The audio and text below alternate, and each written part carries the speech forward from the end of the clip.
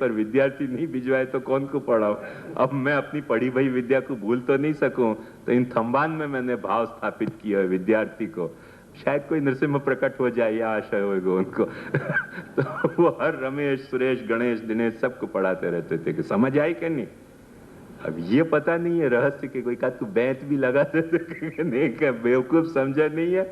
2000 बैंत भी लगाई हो तो और मजा आ जाए। तो एक बात समझो कि हर गुरु में एक शिष्य है, और जाने भी अच्छी तरह से विद्या ग्रहण करी है। वो विद्या ग्रहण करी, वो तभी विद्या अच्छी ग्रहण करी कि जब वो फिर जो है वो कोई शिष्य तैयार अपने में सुकर है। बात हमारे दादाजी को एक नियम है तो यही लिए पढ़ाने को कि जो उनने आज पढ़ायो वो कल सुनाते नहीं। हम दादाजी कहते आज पाठ नहीं चलेगा, चलेगा ही नहीं पाठ।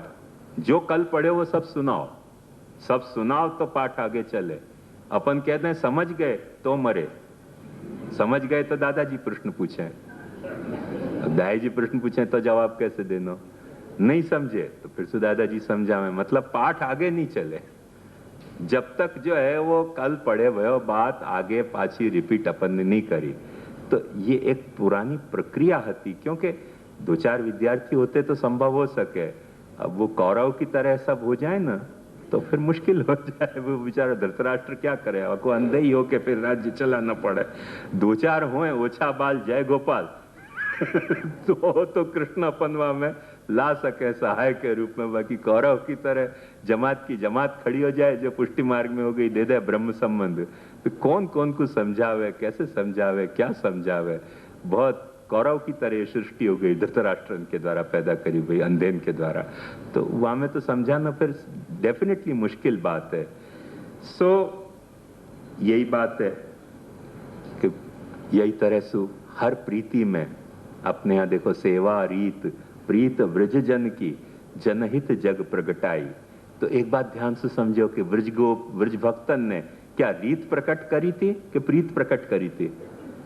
ब्रज भक्तन ने प्रीत प्रकट करी थी, तो वह प्रीत के आधार पर महाप्रभु जी ने कोई सेवा की रीत प्रकट करी। और वो रीत जो प्रकट भई है सेवा की, वहां में महाप्रभु जी ये अपेक्षा रखें कि अपन प्रीत प्रकट करें, धंधा प्रकट नहीं करें, रोजी रोटी कमाने को कौभांड प्रकट नहीं करें। वो सेवा की रीत में अपन फिर सुप्रीत प्रकट करें। सुप्रीत में से कोई रीत प्रकट होगी, रीत में से पाछी प्रीत प्रकट होगी। वो प्रकट होती रही तो आनंद रूपता भी होगी। प्रीत जो है वो आनंद रूप है, प्रीति जो है वो आनंद रूप है। पर वह प्रीति की यदि रीत समझ के और अपन ने जो है वो अनुसरण शुरू कियो तो वो रीति जो है वो प्रीति मूलक जो रीति है। आप महाप्रभु जी गोसाई जी के ग्रंथ पढ़ो, सर्वत्र यही खुलासा उनने किया है कि प्रीति मूलक रीति को अनुसरोगे तो आनंद जनन प्रकट हो जाएगा, आनंद जनक हो जाएगा। सो सेवा रीति प्रीति वृज जन की जनहित जग प्रकटाई, प्रकट वे महारग दीर्घाई। वही बात अपन यासु भी समझ सकें कि अनंत में संख्या प्रकट होगी, संख्या में अनंत प्रकट होगा। वो मैंने आपको बहुत विस्तार से समझाई थी कि जो अनंत है वहां में संख्या नहीं है। पर यदि संख्या नहीं है तो अनंत ही प्रकट नहीं होएगा। क्यों कि जब तक जहां तक गिननो है उतना आप गिन नहीं पाए तो फिर अनंतता प्रकट नहीं होगी। अपन 100-10 गिन के और कह देंगे कि अच्छा इतो है। यही तरह से हर जो है वो तर्क में निष्कर्ष प्रकट होएगो। तर्क शास्त्र के एंगल से देखोगे तो तर्क में निष्कर्ष प्रकट होएगो। जो निष्कर्ष आप दे रहे हो वहां में फिर से कुछ नए नए तर्क प्रकट होंगे। यदि ऐसा नहीं हो तो अपने यहाँ शास्त्रन को जो इतना विस्तार भयो वो विस्तार कैसे हो। तो ये बात ध्यान से समझो। ये तर्क शास्त्र में भी यही बात है, आनंद रूपता। हर जो तर्क है वो आनंद रूप है, आनंद जनक नहीं है। तो जा वक्त सारे तर्क कर करके अपन कोई निष्कर्ष को हासिल कर ले हैं, वह वक्त जो है वो एक लॉजिकल ब्लिस अपने को पैदा हो जाए, तार्किक आनंद अपने को पैदा हो जाए कि अब निष्कर्ष आ गया।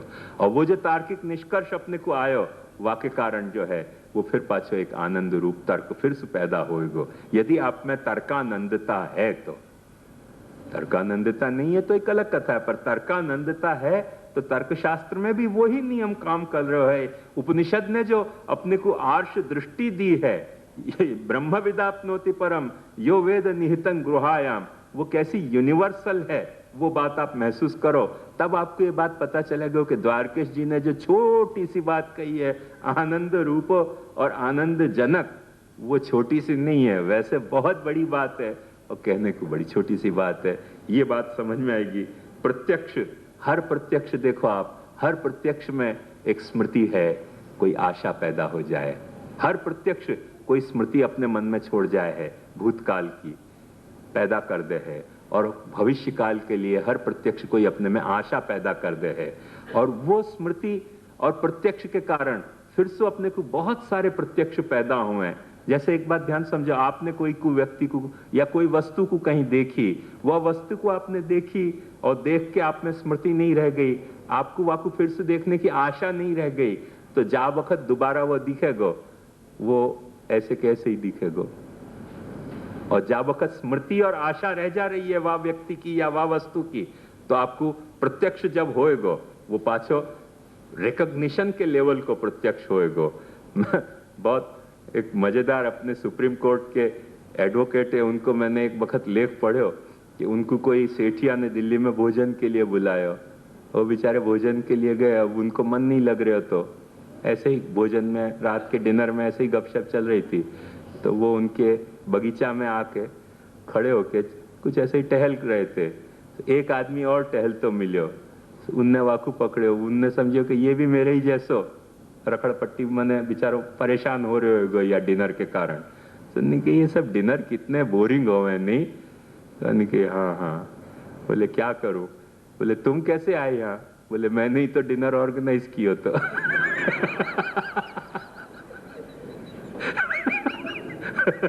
स्मृति नहीं रह गई वाकू के जाने ऑर्गेनाइज किया, वो ही बेचारा बगीचा में चक्कर मार रहे, व्यर्थ की चर्चाएं चले तो वो भी बोर हो गए होगा, चलो चक्कर मारो, ये भी बेचारा चक्कर मार रहे हो। तो टाइम्स ऑफ इंडिया में मैंने बेचारे ने पूरा अपना आर्टिकल दिया कि कई कई वक्त कैसे स्मृति अपने को दगा दे, वही कोई पकड़ के उन्होंने क्या करें यार, बहुत बोर हो रहे थे डिनर में, लेकिन वो मैं ही तो वो इन्वाइट करने वाला आपको। तो देखो हर स्मृति में जा वक्त प्रत्यक्ष नहीं हो जाए है, स्मृति सु जो प्रत्यक्ष नहीं उत्पन्न हुए है, वह में या तरीके के लफड़ा हुए ही है, अपन को फिर खुद को परेशान होना पड़े कि भाई ये प्रत्यक्ष नहीं भय होता तो अच्छा रहता। ख्याल में आई ना आपको? तो हर प्रत्यक्ष में स्मृति और आशा की उत्पादकता है। वो प्रत्यक्ष जो है वह आनंद है, पर जा वक्त प्रत्यक्ष कोई स्मृति और आशा को उत्पन्न करे है, वह वक्त वो आनंद जनक हो जाए है, वो फिर दूसरे प्रत्यक्ष के लिए। तो मानस शास्त्र के दृष्टि से भी यही सिद्धांत वहां भी लागू पयो है।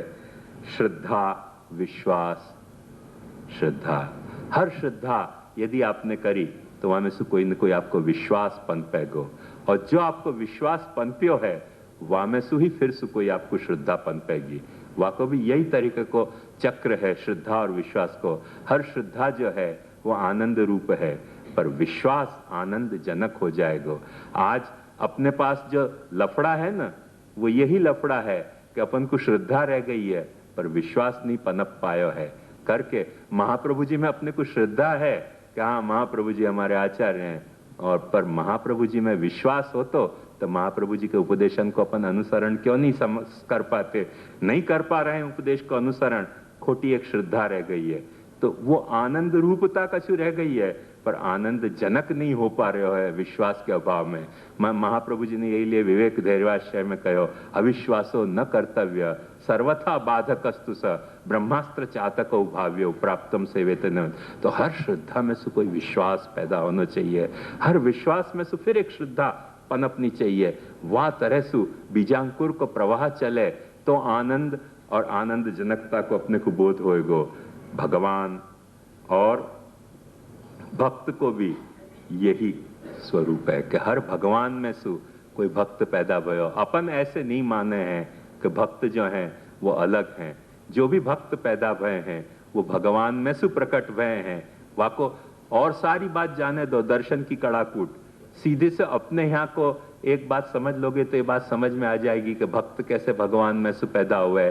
क्यों कि अपने यहाँ स्पष्ट ये सिद्धांत है कि जा नायमात्मा प्रवचनेन लभ्यो न मेधया न बहुना श्रुतेन यमे वैश वृणुते तेन लभ्य तस्यैष आत्मा विवृणते त्वनुम स्वाम। जा जीव को परमात्मा वर्ण करे है अपनी भक्ति के लिए, वो जीव जो है वो परमात्मा को भक्त बने हैं। जाको भक्ति के लिए वर्ण परमात्मा नहीं करे है, वो परमात्मा को भक्त हो नहीं सके है। जाको परमात्मा भक्ति के लिए वर्ण करे है, वो भक्त हो पावे है। वो भक्त हो पावे तो वो अपने में वाके हृदय में भाव इतनो दृढ़ हो पावे है कि वाकु कैसो भगवान चाहिए, वाके भावात्मक रूप जाकी रही भावना जैसी, प्रभु मूरत तिन देखी तैसी। वो कोई जो है वो मदन मोहन जी, लड्डू गोपाल भी आ गए हों तो उनको मदन मोहन जी के रूप में प्रकट करने की वहां में सामर्थ्य आ सके, क्योंकि वाको भाव यदि है कि मेरो बाल कृष्णलाल मदन मोहन है ठाकुर जी और लड्डू गोपाल आ गए हो, तो वो अपने भाव के बल पे समझो भाई ठंडी से सुकड़ गए, अभी इनको तेल मालिश करके ठीक से फिर से मदन मोहन जी बनाओ, तो वो भगवान को प्रकट कर सकेगो। पर जाको प्रभु ने भावात्मक वर्ण करके भक्त नहीं बनायो, वो भगवान नहीं बना पाएगो। करके महाप्रभु जी निरंतर ये बात कहते, जा जो स्वरूप तुमको रुचे सो पधरा लाओ, वाकु फिर पुष्ट मैं करूंगो। तो ये बात ध्यान से समझो कि हर भक्त भगवान ने बनायो है और हर भगवान भक्त को बनाया भयो है। ये बात अपने को समझ आवे तब फिर अपने को समझने में जरा भी तकलीफ नहीं होनी चाहिए द्वारकेश जी को कि हर आचार्य जो है वो आराध्य को बनाया भयो है और हर आराध्य आचार्य को बनाया भयो है। करके या आचार्य के नाम के विस्तार में आराध्य को अनुसंधान आनो और आराध्य के जो लीला है वह में आचार्य के नाम को अनुसंधान आनो।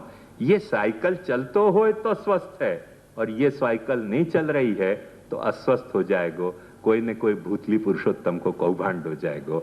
यह बात को ध्यान से समझो कि वो कैसे आचार्य रूपता है और कैसे आराध्य, माने आचार्य आराध्य जो है वो आनंद रूप है, तो आचार्य जो है वो आनंद जनक हो जाएगो। आचार्य यदि आराध्य यदि जो है वो आनंद रूप है तो आचार्य आनंद जनक हो जाएगो। आचार्य यदि आनंद रूप है तो आराध्य जो है वो आपको आनंद जनक हो जाएगो। कैसे कि जा वक्त आचार्य ने आपको स्वरूप पधरा दियो कृष्ण सेवा के लिए, वह वक्त आपके घर में कृष्ण प्रकट हो जाएगो। करके प्राचीन इनके पहले के जो टीकाकारन ने आनंद को अर्थ करते वक्त ये बात कही थी कि आसमंतात नंदो आयाति यस्मात, तुम्हारे घर में नंद प्रकट हो जाएगो। यह बात को ध्यान से समझो, ये आचार्य के कारण तुम्हारे घर में नंद प्रकट, तुम्हारे में नंद प्रकट हो सके। आज तो अपन ने क्योंकि आचार्य चरण की वाणी को अवगाहन नहीं कियो करके अपने साथ ये लफड़ा हो गयो कि अपन यूं समझें कि आज ऐसा नंद बननो ये तो हवेली की कोई बात है। नहीं, जो आदमी महाप्रभु जी के सिद्धांत के अनुसार सेवा कर रहे है वो नंद रूप है और है। और वाके घर में नंदात्मज प्रकट भयो है, वो नंदात्मज ही प्रकट भयो है। ये तुम कुछ ठगे जा रहे हो है जो लोग यूं कहें कि तुम्हारे यहाँ नंदात्मज नहीं है, वो तो तुम्हारे यहाँ गुरु रूप से विराज रहे हो। पर समझो कि कोई ऐसी हड़फेट में तुम आ जाओ भूतली पुरुषोत्तमन के, तो उनको फिर ये सिद्धांत समझाओ कि गुरु में आज भगवान छुपे भयो है और भगवान में गुरु छुपे भयो है, या के लिए हमारे यहाँ भगवान है ही, गुरु रूप है तो क्या फर्क पड़े। आपके यहाँ भी जो भगवान है वो हमें कोई न कोई गुरु रूप छुपे भयो। आप भी जो पुरुषोत्तम हो तो आप में भी कोई न कोई गुरु छुपे भयो होएगो तो स्वस्थ है, और गुरु नहीं छुपे भयो है तो आपकी पुरुषोत्तमता हमारे काम की नहीं। महाराज नित्य लीला में बिराजो ना, हमारे क्या लेना देना आपसे। गुरु रूपता है तो हमारे पे बाइंडिंग है, गुरु रूपता आपकी पुरुषोत्तम नहीं, आपकी पुरुषोत्तमता जो है वो गुरु रूपता को वहन नहीं कर रही है। कृष्ण सेवा परम वीक्ष दंभादि रहितम नरम श्री भागवत तत्वज्ञम भजे जिज्ञासु राधरात। आपकी पुरुषोत्तमता गुरु रूपता को वहन नहीं कर रही है तो आप यार जैसे यहाँ विराजे, जैसे सैया घर भले तैसे भले विदेश, ऐसे भूतल को अलंकृत करो कि नित्य लीला को अलंकृत करो, सब एक सारी बात है, कोई फर्क नहीं पड़े। भूतल को अलंकृत कर रहे हो तो आप पुरुषोत्तम भी हो तो आपको अपनी गुरु रूपता निभानी पड़ेगी हमारे साथ। गुरु रूपता निभाओ और फिर उनको ये समझाओ कि यार ऐसे क्यों मोनोपोलाइज करो पुरुषोत्तम को, हरि गुरु वैष्णव तीनों इकसार करके जानो। हम आपको पुरुषोत्तम मान ले यार, आप भी तो हमको मानो ना पुरुषोत्तम, कि खाली पुरुषोत्तम की मोनोपोली लेके बैठे हो। वैष्णव कहाँ पुरुषोत्तम नहीं है, हर वैष्णव पुरुषोत्तम है। अपना तो सिद्धांत है हर वैष्णव में विष्णु छुप्यो भयो है और हर विष्णु में वैष्णव छुप्यो भयो है। करके तो अपन सब वैष्णव है। यदि विष्णु अपने में नहीं छिपे होते तो अपन वैष्णव कैसे होते? और महाराज क्या वैष्णव नहीं है? तो क्या है? शैव है, शाक्त है, ईसाई है, मुसलमान है कौन महाराज? महाराज भी वैष्णव है। तो महाराज में भी वैष्णव छुपे भयो है, तुम्हारे में भी वैष्णव छुपे भयो है। तुम भी महाराज हो, तुम भी वैष्णव हो, महाराज भी वैष्णव है। जो भी वैष्णव है वहां में विष्णु विराजमान है, और जो भी विष्णु है वहां में वैष्णव विराजमान है। एवं प्रवर्तितन चक्रम नानुवती, ये शुद्धाद्वैत को एक समझो कि साइकिल है आनंद रूपता को और आनंद जनकता को। वह साइकिल को अननेसेसरी डिस्टर्ब करना अपने क्षुद्र स्वार्थ के कारण, और वो क्षुद्र स्वार्थ के कारण जब वक्त अपन डिस्टर्ब करें वह वक्त फिर अपने को ये कठिन हो जाए पंक्ति कि महाप्रभु जी कैसे आनंद रूप हैं और कैसे आनंद जनक हैं। ये बात ध्यान समझो। इन सारी मैंने ये रिपीटेडली ये बात आपको या लिए समझाई कि ये इतनी कोई बड़ी बात नहीं है, पर एक बात समझो कि इतनी बड़ी बात नहीं है तो इतनी छोटी भी बात नहीं है, बहुत महत्वपूर्ण बात है कि ये हरेक को ये रहस्य शुद्धाद्वैत को समझना पड़ेगा, तब अपन अपने आचार्य चरण को सच्चो एप्रिशिएशन कर पाएंगे। नहीं तो अपन अपने आचार्य चरण को एप्रिशिएशन नहीं कर पाएंगे। या लिए आचार्य चरण जो हैं वो आनंद रूप भी हैं और आनंद जनक भी हैं, और वो आनंद रूप हैं और आनंद जनक हैं। वह बात को समझाने के लिए द्वारकेश जी ये कह रहे हैं कि सबसे पहले आनंद रूप जो है वो स्कंधार्थ रूप है। क्यों? ये मैंने कल आपको विस्तार से समझाया कि आनंद रूप है। आखिर स्कंध में आनंद रूपता है क्योंकि कृष्ण के अलावा कृष्ण के चरित्र को, कृष्ण की लीला को, कृष्ण के गुणन को अवलंबन देने वाले और भी बहुत सारे चरित्र वहां मौजूद हैं, करके वहां कृष्ण को आनंद छायो भयो है। एग्जैक्ट वही फैशन में, जा फैशन में चारों ओर ब्रह्म छायो भयो है, वह फैशन में। और जा वक्त कृष्ण प्रकट होने वाला है वह वक्त जो है वो आनंद जनकता आ रही है। और वो आनंद जनकता कहां से आई? वह को सबसे पहलो सिद्धांत द्वारकेश जी समझा रहे हैं कि परीक्षित ने जो है सो भगवान को पूछो, सुखदेव जी को पूछो कि कृष्ण लीला कुछ कहो, कृष्ण लीला कहो।